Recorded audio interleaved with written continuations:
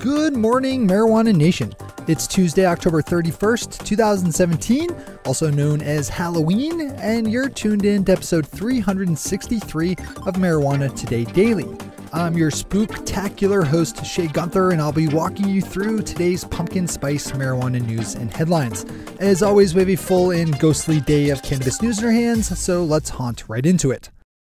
Our top story of the day is a follow-up to yesterday's top headline, with Matt Lammers over at Marijuana Business Daily taking a deeper dive into the recently announced acquisition by liquor conglomerate Constellation Brands of around 10% of licensed Canadian marijuana company Canopy Growth for $190 million US. The relatively enormous deal is the first foray by any alcohol company into legal cannabis and is seen by many in the industry as just the point of a spear of coming mergers and acquisitions led by money originating outside the industry.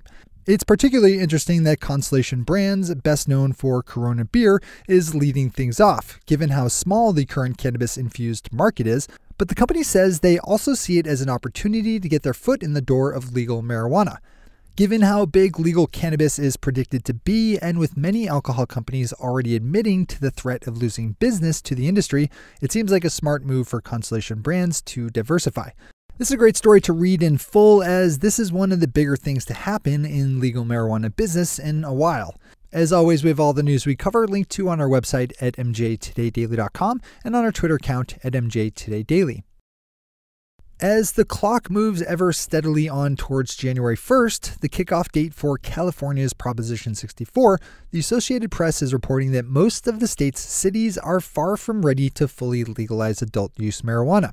I've reported on this a number of times here on the show, particularly in Los Angeles and San Francisco, but the lack of readiness and overall clarity extends pretty much statewide. Beyond the issue of cities and municipalities dragging their feet on implementation, there's also confusion about rules governing cultivation, testing, and transportation, as well as the always-present banking hassles faced by anyone in legal cannabis. Tom Angel over at Marijuana Moment picked up on a story out of Germany with the possibility of a government-led push to legalize marijuana in the works.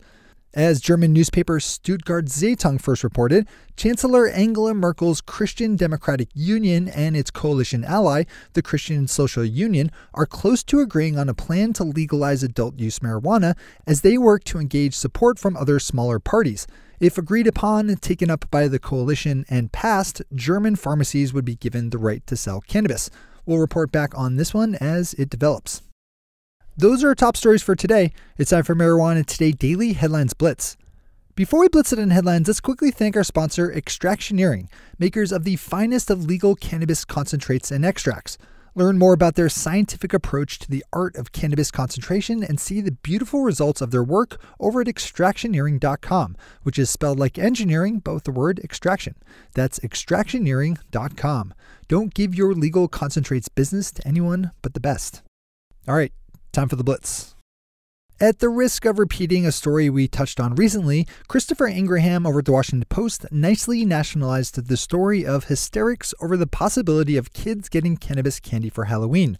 Mr. Ingraham pulled together a collection of all the irresponsible warnings that have been issued by various states' health and law enforcement officials over cannabis Halloween candy. Just to reiterate for those that might have missed this one the first time, no one gives pot candy to kids.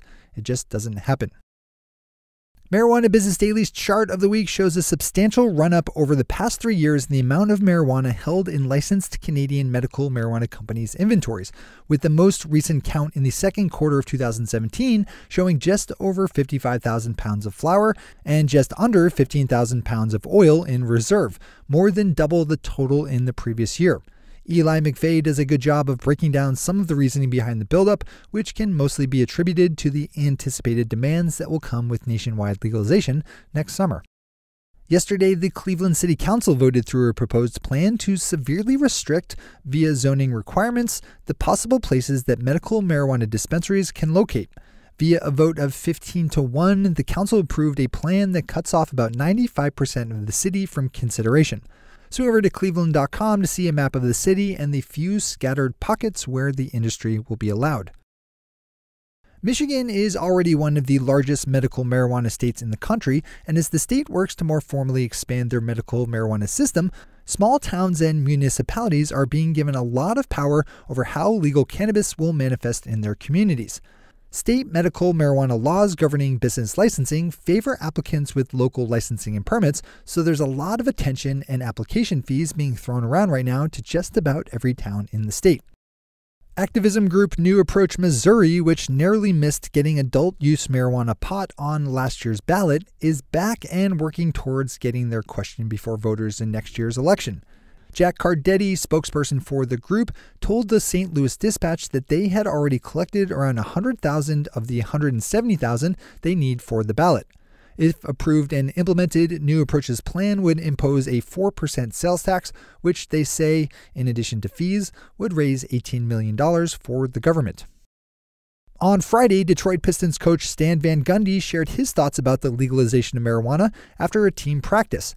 Mr. Van Gundy said that it was a complicated issue made all the more so by the fact that there were now states where adult-use cannabis is legal to purchase and consume, to say nothing of the potential benefits of medical marijuana.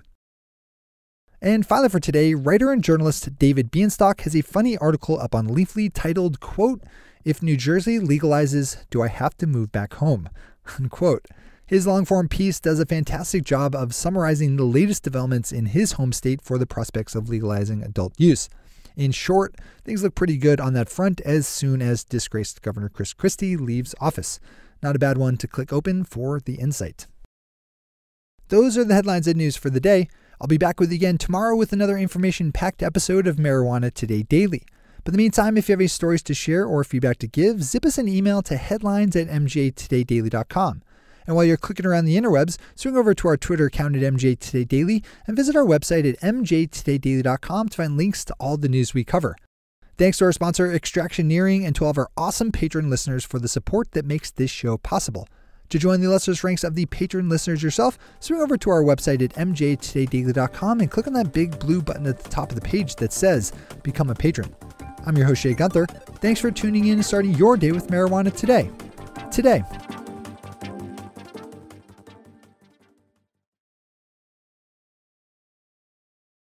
One take, Shay. One take.